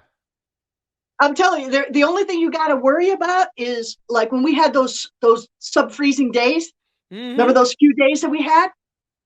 The ice was this thick, and I have a bubbler that keeps coming up and it keeps the water open because what happens is they create methane from their body. Their body movements create methane. If it gets trapped under the ice, the methane goes down, the gas goes down and kills them. So as long as you keep a bubble open, like the methane goes out and they can live. They can just be there. No food for 4 months. It's amazing. And the temperature of that water is probably freezing cold. It's still freezing cold for us, but not for them. I gotta do some more research. It's so cool. Koi. People don't know that it's so cool. It's easy to keep fish if you just keep the bubbler popping. I have one of those Japanese bubblers. It's super powerful and it just oxidizes the whole water as if there's a flowing stream going by. It's real cool. I never would have if me and you, if we will meet and you, first of all, if we would have never known each other and I'm sitting on a subway with you and I'm having a conversation and I look at you and you're sitting next to me and some electric funk music starts playing. First of all, I'm not expecting that you're going to get up and start freaking going off and popping and all that. That's one. Two, that you're into like koi, you build waterfalls. Like, who the hell am I going to be like, what? It's such a different thing. Check it out. I describe myself like one of those Russian eggs. You know what a Russian egg is? Yes, the one that keeps opening. What was that movie with Bill Murray? I don't know, but every time you open the top off, there's some new shit that pops off on me. Back, you find some. Did you ever see that movie with Bill Murray? And he goes to Europe, or I think France, and then they confuse him. He's an actor, and they confuse him as a Russian spy or something like that. And it was all about the Russian egg. And then so he thought he was part of the movie, but it was really Russians that were telling him, believing that he was a spy, but he kept protecting the Russian egg. So every time I see that, it reminds me of that movie. Really, really funny movie. You got to check it out. I'll tell you what's the name of the movie, but I don't even think it's a Russian egg. What I think it is, it's a Russian doll. So when you open it up, there's another doll inside. Right. I'm probably messing up the word. All the Russians are probably like, man, what the hell is that guy talking about? But I know that you keep opening and then you end up with a little one. Cut that. If you want to cut that all out, you can cut that all out, dude. But it's like every time you open it, there's something. So now that you mentioned that, where are you up to? Now that you mentioned that that's who you are, where are you up to right now? Are you halfway through it? I'm only like 3 in. There's like 8, there's like 9, 10. I'm 3 in. That's okay. That's how deep. That's awesome. That's how deep I go. And it was more shady. People don't realize because I just love moving forward and doing things and like just creating. Do you feel you have a short attention span in the sense of an artist? Because that's what keeps, like me, I could say I do, because I want to always do something different, something creative, artistic. Like I could be here and out of nowhere, I put out a book to read, Great Gatsby or anything. I start practicing magic because I'm like, I need something to do. Yeah. Like I need a. But also, I think it's an intrinsic artisticness that needs to come out of you. You have to create. It's almost like having kids. You got it. Like some women, they just need to have kids. It's a need to create. But this is my baby. It's like all the stuff that comes out of my mind on a regular, like all the time. It's like my little babies. They're like my little babies. Now, what else? What else besides building waterfalls that nobody knows about Peaches that you're really good at? I have 2 really beautiful Springer Spaniel dogs. Aww. Yeah, they're really gorgeous. One's falling asleep right here, and the other one's in the other room over there. And one of them is completely blind.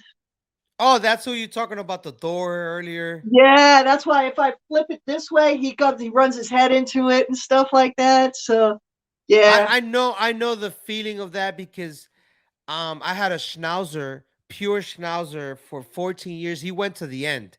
He went all the way to the end.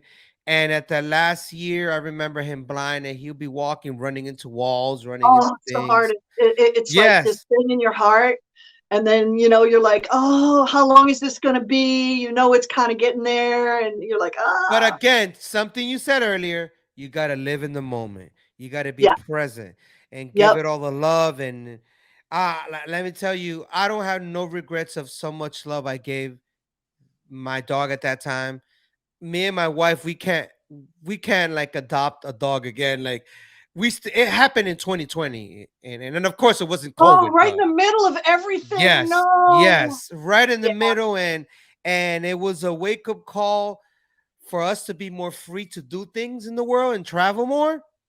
But at the same Wow. time, it's like you come home and there's silence, and it's like, what Oh, happened? wow. Yeah, yeah, yeah. But it's something that Uh-huh. I had to get used to, You and know, I kind of saw it coming, and that's when I decided I wanted to get a second dog and to try. Like he's a boy, and then yes, she's a girl, and then all of a sudden, my husband falls in love with this little girl, like he never was close to this boy the way he's close to her. She is all up on him, head right here, cuddling, and he talks to her really nice. It's like the combination in the summertime when the waterfalls are out and all the greenery and the flowers and everything, and the dog's coming up. He comes home from work, sits in the back, and like all the stress just pours out of him.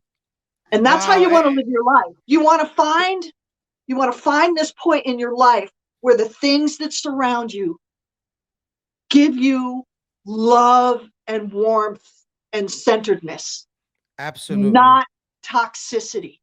And you can't have people around Taking you that in. that are toxic. And there's a lot of people in this business that are toxic because all they see is the fame. They want to be famous, and they will slit your throat for every opportunity that they can to be there. And that's why I say I keep my distance from all that.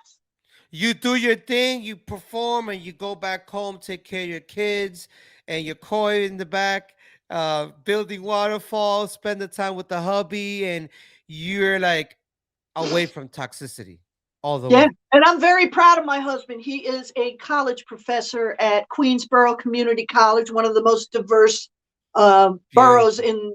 in New York. And he's a history teacher. And we made it beautifully through COVID, where a lot of people Shout out didn't to make the it. hubby. I don't know his name, Shout but out to shout my out to hubby, him. my Now, can professor you hubby, say my PhD hubby, Professor what? Professor what? Professor Peter Bales. There you go. Shout out to Professor Peter Bales. And that's 24 years, right? Ain't Yeah. counting. Ain't Doesn't counting. that name sound like he's Oh, got a pipe? He's yeah. he's got a pipe No. and a You jacket know with what? like patches on. If you Yeah. ask me, describe him just by his name, I will say a very tall man. And don't say yes. Tall Okay. man. I'm gonna say introverted. He sounds introverted. And I don't know if he will have a beard, but you kind of But gave it right. away with the. You said the pipe and somebody that is sitting down, very well put together. I'm gonna say, Okay. So and you're with a book in almost his there. hand. He's in a book in his hand. Definitely with the book in his hand. Definitely with the book. But if people said that he's up until about 2 weeks ago, he wore glasses because he had LASIK surgery. And now he Okay. doesn't need glasses, but he had glasses and white hair, like either Jerry Springer or Phil Donahue. I kind of thought of that, but I didn't want to No, say yeah. it. I didn't want to be rude and be like white hair, like. But I thought of it. Wow. Okay. Okay. People who know like how free and like ballsy I am, I tell, especially people who know, I go, yo, when he and I go out to a restaurant, people think that there's a hooker with her with her professor husband. What the? A hooker with her parole officer. Oh man, Peaches, tell me that when that's happening, you actually go with it. Like you go with I the run joke with and it. you're I like, run with it. I sit on him. I feed you him. actually do? Oh, and he's Here probably you go, embarrassed as Daddy. hell. I wipe his mouth. I wipe his mouth. Here you go, Daddy. Here you go. We have 3 more hours Don't let your left wife on the know. clock. Don't let your wife know. Shh, And don't tell your wife now. oh man, and people are probably buying it all the way. Wow, that's amazing. Now, if you could be remembered for one thing, what would it be? Wow. And you can Peaches think Rodriguez. about it. Wait. Peaches Rodriguez, America's favorite dance comic. Okay, let's do that again. Right there, so you got the full screen. If you could be remembered for one thing, what would it be? Peaches Rodriguez, America's favorite dance comic. Boom! There you go. That's it. You threw it out in the universe. Now it's gonna manifest. Yeah, That's you the way can it's go to gonna dance. happen. You can go to dancecomic.com. There you go. There you go. Check So, it out. Peaches, we're at the end of the show, and this is what I'm gonna do right now. I'm gonna give you your own screen. Oh, okay. Let me find that way. Let Can me you see see that right it? there. Boom. Oh. Here, let me do it this way because this kind of. Can you read Early that? days of hip hop, 1982 through 1984. Soul Jazz Books. Where can you cop that book? You could cop that on Amazon Yeah, there or you can Barnes and see. Nobles. There, you can take a little freeze of the barcode. Oh, the barcode. There you go. Okay, awesome. Thank you. You Thank can you. take that barcode, but there's one thing I want to show you Go ahead. on Go ahead. page 65. Throw that in there.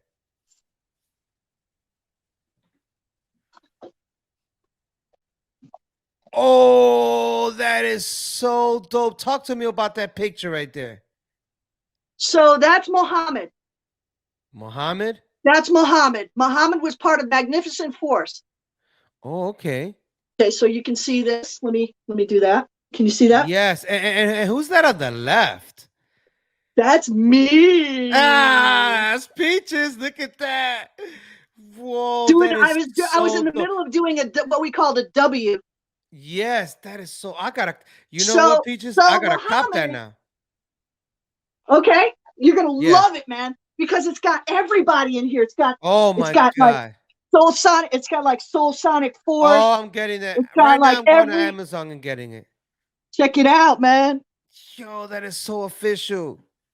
Look at it's got the what do you call the boys? The Fat Boys. The Curtis Fat Blow, Boys. Lovebug Starsky. You wouldn't See, even this is- believe. See, when I talk about grimy New York, Yeah. all you have to do Yeah. is point a camera at a dirty Yeah. New York, and it just Yeah. has so much character. Absolutely. And just imagine just absolutely. now being able to put some goggles on and take yourself walking down these streets back to here. The smells, the sounds, the smells, the sirens.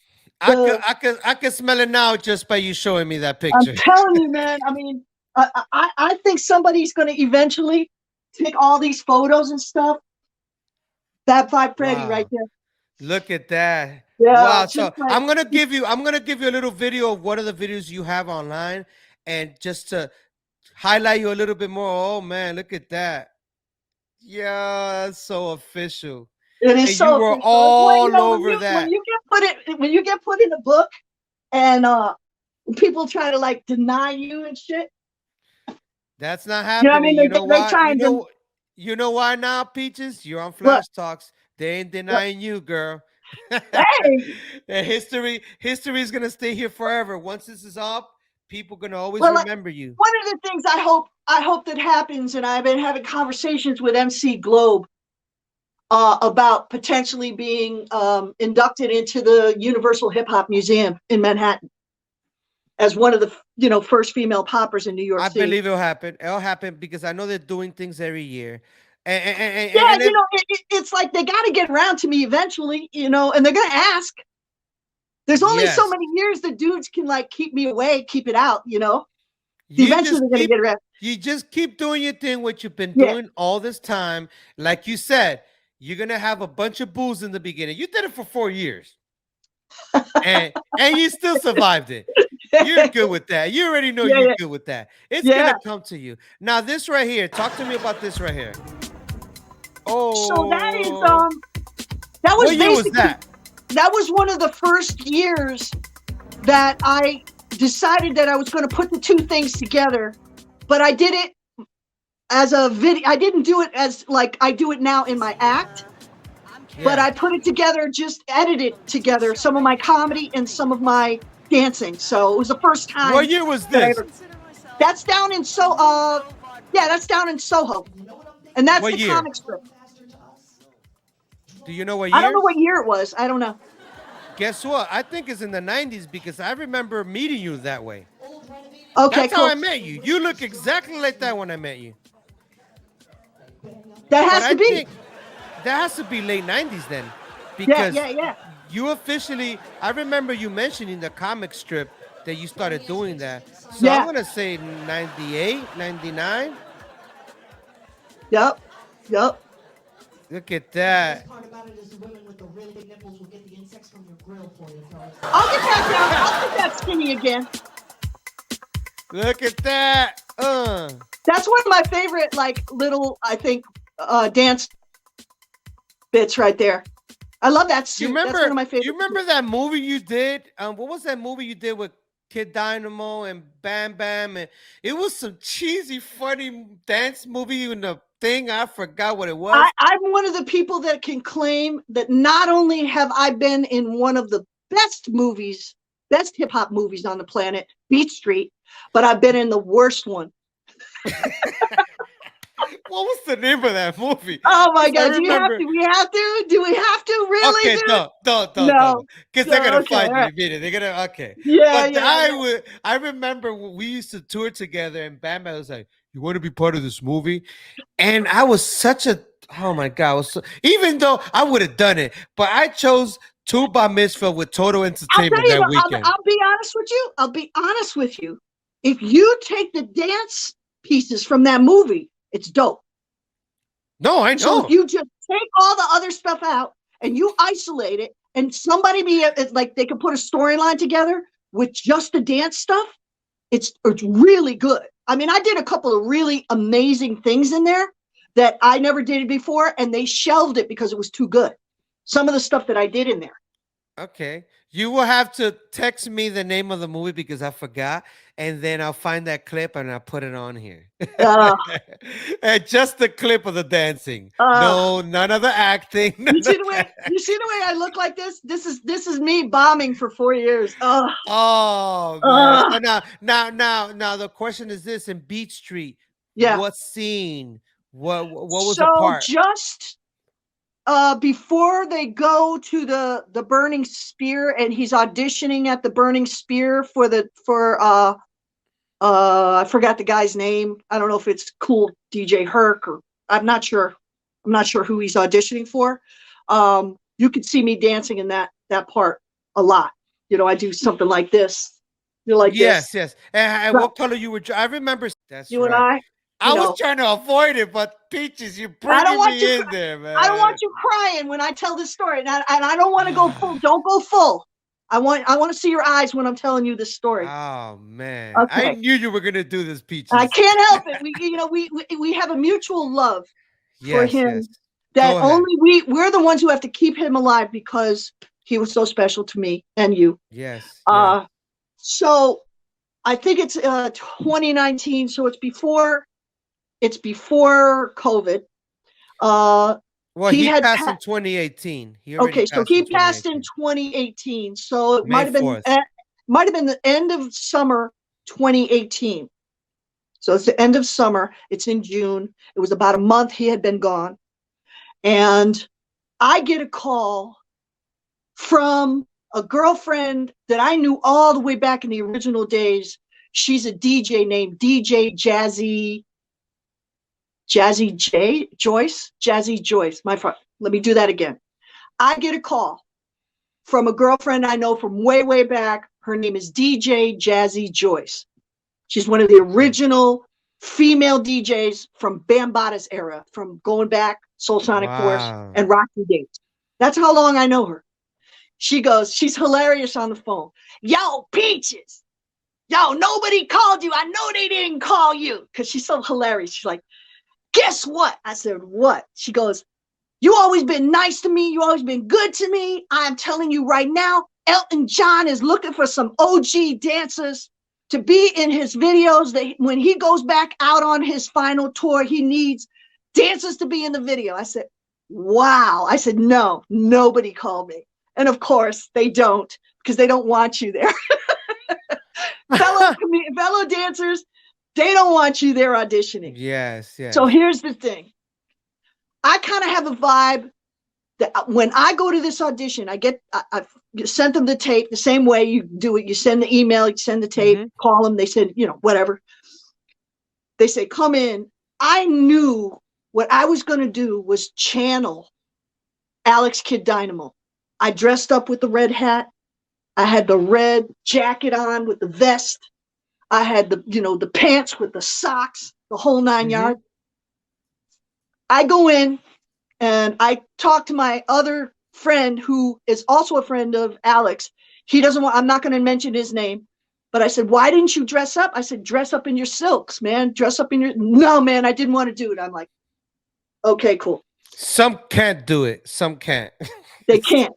So in the waiting room are all these 20-something dancers that I know from the dance circuit. We've known each other for years. We kind of, know who they are. I know who they are. Yes. They're the people that wouldn't call me for a million years. Yes. I'm a lot older than they are at this juncture. This is 2018. I go in, they're laughing at me in the corner. And a couple of particular dancers are laughing because I'm dressed like a locker. And they came in, with their hip hop clothes, But see, I know something they don't know. Elton John is my era. That's right. Elton John is my era, not their era. If they said they're looking for OG dancers, I'm not OG dancer. So me and my friend, the other locker, we get into the room.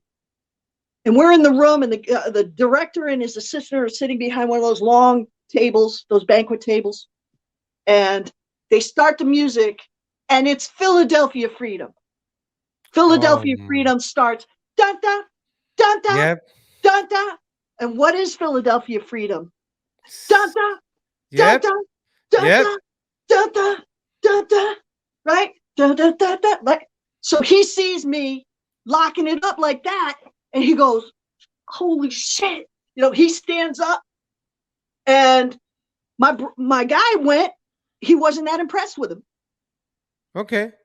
He stands up and he cuts the music, and I go, you do realize that Philadelphia Freedom, the very beginning with all those hits, those string hits, da da da da, that comes from Barry White, The Sound of Philadelphia. I said, that's rocking. That's rocking. That's what that. And he stood up and he goes, holy shit. I said, yeah. I said, what do you think this is? And he goes, yo, you're right. And I knew right then, lock, I had it. Yep. So flash forward, I show up at the fitting for one day and at this for one day. We're on the rehearsals. All those people that laughed at me, they didn't get casted. Yep. Me and Alex were there. Wow. No crying. There's no crying. There's no crying in hip hop.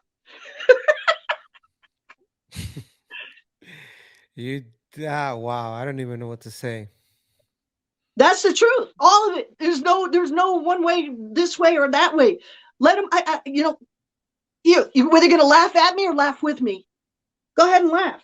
And you felt the presence, and you just went in. Oh, he was there all the way. He was there. He was with me. He was with me on the set. And then, I don't know if you've seen the video. Have you seen the video? Boom. Come on, girl. I'm here. There it is, right there. Look at that. Boom.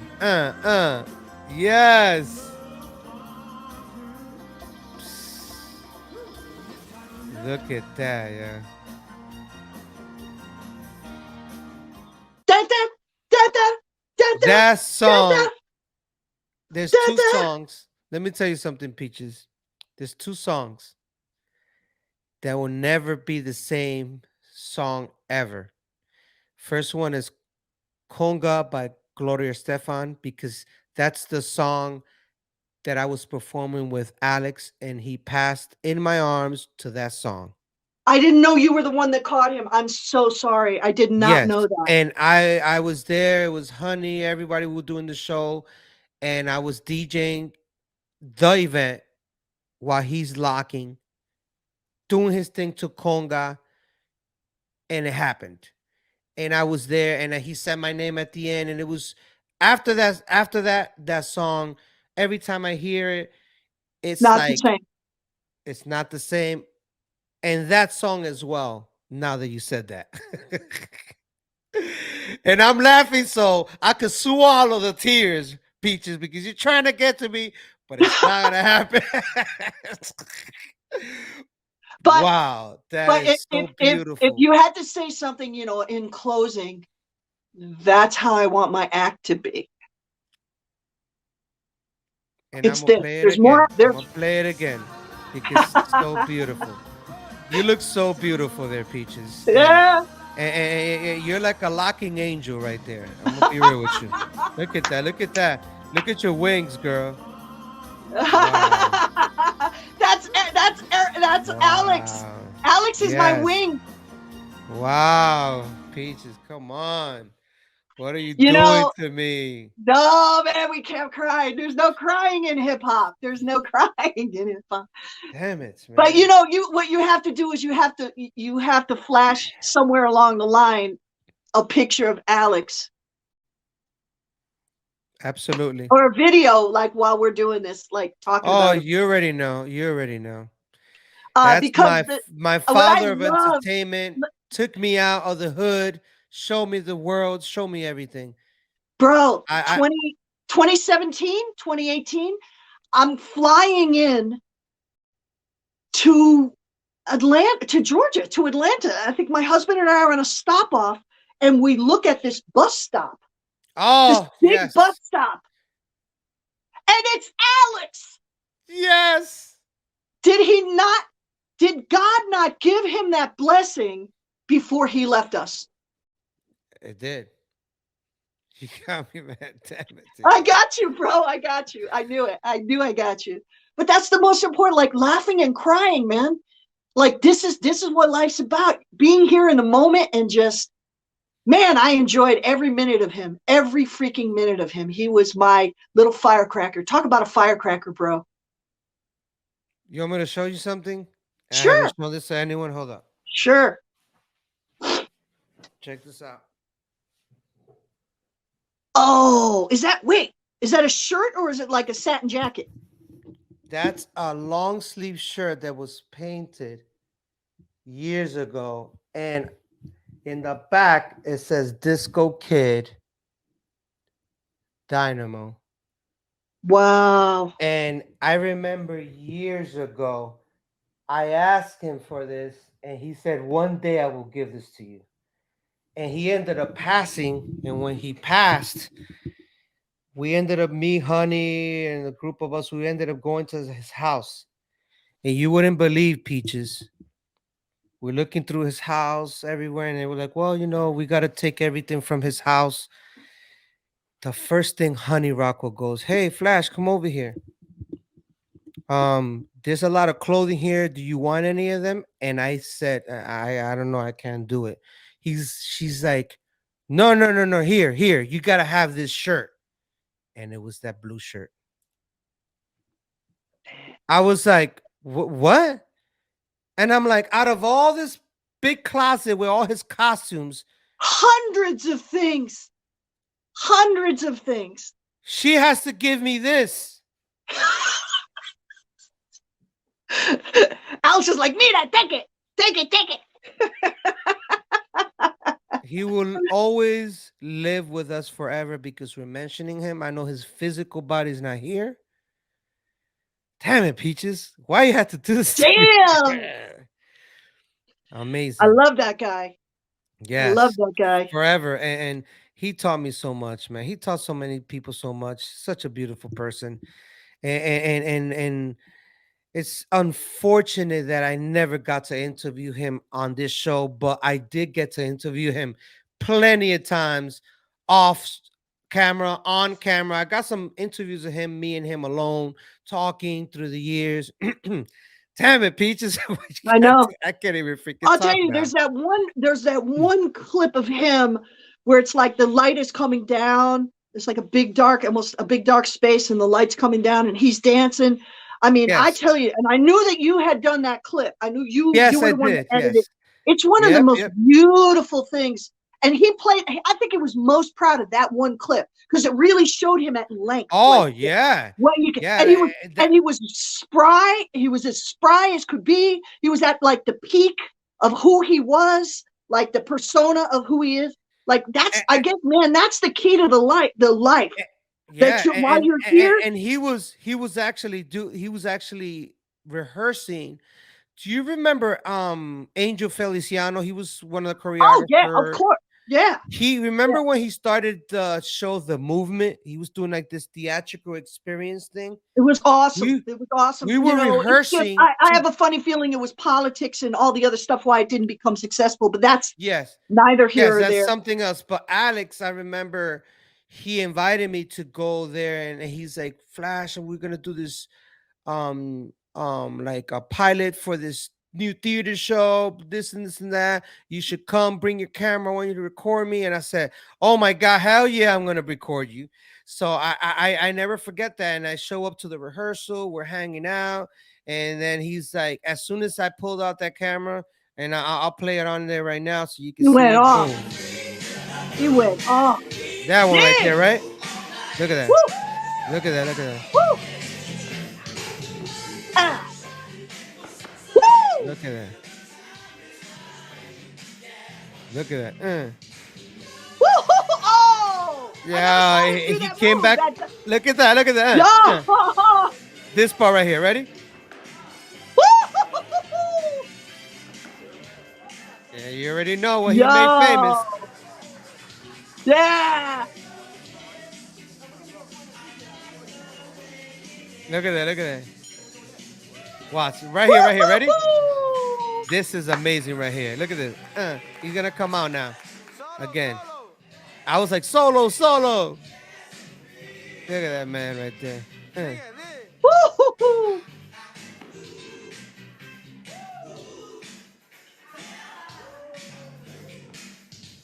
Woo-hoo-hoo.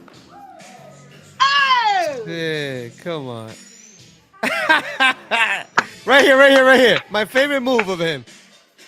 That part right there. I gotta rewind that. That little part right there is so official. Right here. Hey. Oh man, I miss that guy, man. Wow, I miss him so much, man. He inspired me. Like I would love just getting together with him and going to outdoor dance events. That was our thing. Our summer dance events.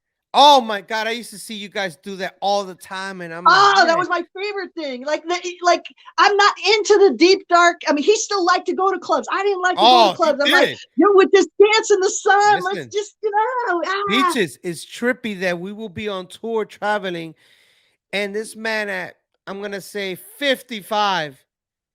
I'm a young buck in front of him, and I'm telling him, Alex, I can't go out anymore. He's like, no, Papa, we got to go out tonight, man. You know, and he'll put his suit on. He's ready to go out, his shoes, and he will always bring his roller skates. And guess what? He will always roller skate at the nightclub. And I'm like, yo, I used to be so embarrassed. I'm like, please, Alex, do not bring your roller skates. He will. Oh, man. I remember this man will be like, Flash, I'm gonna be right back. Stay right there. And this man will come in rolling into the cipher. People are like what the hell? But I learned something. I learned something from him. He danced from the heart. He told me he was gonna go out like that. He did go out like and he did go out like that. Bro, I honestly did not know he died in your arms. I did not know. It was listen, it was such a traumatic experience after that. I had to rethink life, and I've never experienced that, and that's something. But you also know that your takeaway from things that when you learn what something happens to something else, now body maintenance. Good eating, exercise, pace yourself. He never paced himself. No, he didn't. So stubborn. It don't matter. I was telling him that night, do not perform. They just cut your toe off. What's wrong with you? You just came out of surgery 3 days ago. How is it that you're gonna perform? Flash, I'm gonna perform. And I'm like, you can't. I'm gonna perform. All right, Let all me right. tell you, in all 3 days, when they give you that sleeping medicine to put you out, that's not through your system yet. That's not gone yet. That slows down your heart, all of that stuff. You have to drink lots of water, and it doesn't go out of your system for like 5 days. That stuff takes a long time. And The you know, sleeping Alex, medicine. he goes all out locking. He fully went locking. Like I'm Trying to talking keep up about. with the 21-year-olds. He's trying to No, keep up and with he the was. 21-year-olds. He actually had more energy than them. But you really can't, because your body's not there. That's why I say you as you get older, you work out at a lower level, but regular intervals. And if you have diabetes, which I'm sorry he had, you got to take that medicine. You got to listen to the doctors and take that medicine. That's what Have the he failed to discipline do. to always keep yourself healthy and follow the rules and don't play with that because My husband has the same thing, and he took care of it. He's at the gym every single day. beautiful. Time to You keep know, going, I keep mean, we doing this learn. We got to thing. learn, even from our fellow mistake. We got to learn. Yes. Thank you, Peaches, for Yeah. that. Like I'm it's sorry I like took you there, man. I it's all and good. a lot of this stuff, you should edit out some of this stuff, because some of It's it all might good. be too interpersonal on our level. So I put it all out there, Peaches. It's like when you're performing and you're on the stage and you give it all you got. Alex will not want it different. And that's one thing I you see learned. this? We're at 2 hours, bro. Yes, We're at exactly. 2 hours. Yes, and we can stay here forever. We can stay, Oh man, I could especially keep going. I mean, we shit. could When keep Honey going about Rocco all calls kinds of. me, we talk for 3-4 hours. And I Oh tell her, my I say, God, honey, listen, has I'll be like, honey, she done this one yet? Have I yes, missed the one? she's the first episode. Ah, So you okay. gotta see that one. Okay, First, I first gotta go watch it. episode. And there was a reason why she was the first episode. You gotta watch it now. Alex Kid Dynamo. And that's all I'm saying. You gotta watch it for first episode and why I did that. And And did you interview her husband too? that's the one that's in the works. It's very difficult to get that man again on. Not everybody could do this. This is. Listen, not everybody. People tell me I should have my own show, and I, haven't gotten around to it because I don't know that I would get the gazillion views that is Honestly, necessary for it. Peaches, I don't even care about the views or not. I'm just gonna put it out there. If it works, it works. If it doesn't, it doesn't matter. It's not really for me. It's to capture everyone that I've ever met and put their story and their history because that is missing. I noticed you have a bunch of breakdancing events. You have a lot of popping events, but you don't you don't got something highlighting history, highlighting people's lives, inspiration things Well, like I'll be honest with you. I love pop lock talk. there you go. So imagine like if me and you having a conversation here, and there's a young female, or even a young boy that's watching this that wants to be a comedian, and they feel that there's no way they could be a comedian and use it as a career or dance I'm or never gonna tell any young person that it's going to be easy, because exactly. it's one of the hardest things on the planet to do and to push through failing. And I congratulate you on that. Failure is You actually pushed a through. part. Yeah, It's a you part of the pushed through. process. Mm-hmm. But I know we could continue talking here forever. You got me good, Peaches. I Sorry, think it man. was a plan. You had that ready. You had it in your pocket, and you pulled it out like a locking move. I pulled it You out already like know. Alex. Yes, yes, yes. So I'm gonna give you your own screen, and this is what I want you to do. I want you to say, what are you up to these days? Where can people find you online and connect with you? I want you to throw in where they could contact you, all that good stuff, your shout outs, and take it away, girl. Peaches Rodriguez, 1, and that's all one word, at Instagram. Peaches Rodriguez on Facebook. And I also have a cool program called Laugh and Dance for Long Life that I'm going to do a TED Talk about. Putting dance and comedy together and infusing it in your everyday life for longer living. Laugh and Dance for Long Life. And it's peachesrodriguez.com if you want to go and see more stuff about me. See you later. Awesome, awesome, awesome, Peaches. Thank you very much. And once again, I truly thank you. And it's such an honor just to have a conversation with you. And remember, you're more than welcome to do part 2. And guess what? In that part 2, me and you will be discussing. I remember me and you spoke a little bit briefly about some dude around there talking about they created the robot and all this. So we can actually take that time, the part 2, because I really do want to do a part 2. Highlight more videos. Let's just give him a cliffhanger. Let's just say there's a dude out there who wears a really bad Christmas sweater from like 1979 who says that he invented popping, locking, and the electric slide. And I'm not going to even give the shout out to the name or anything. Let them figure it out. But thank you, Peaches. Thank you so much. And again, like I said, I do Flash Talks to give you the flowers. Now we're here. I thank you for everything you've done for the community, the people you perform for, the smiles you put on people's faces when they go and watch your show, that they're probably going in there with problems and issues. And even that 45 minutes, you capture them, you make them forget, and you make them laugh, and they walk out of there with a different feeling in their heart. So I'm saying thank you for you doing that for everyone else. And I appreciate you. And I'm going to always appreciate you and my elders.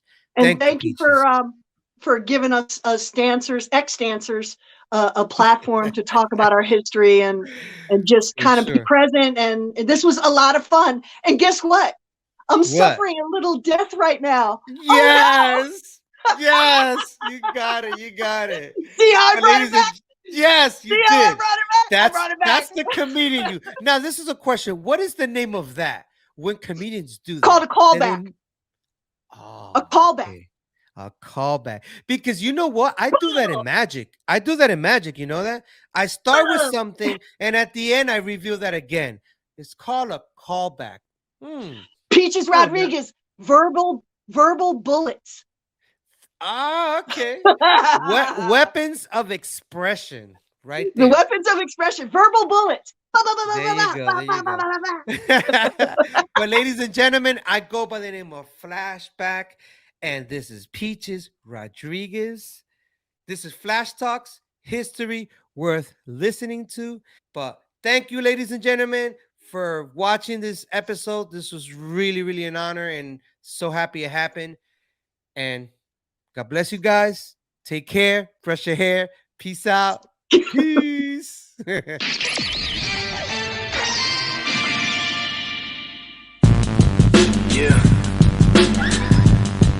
Yeah. Yeah.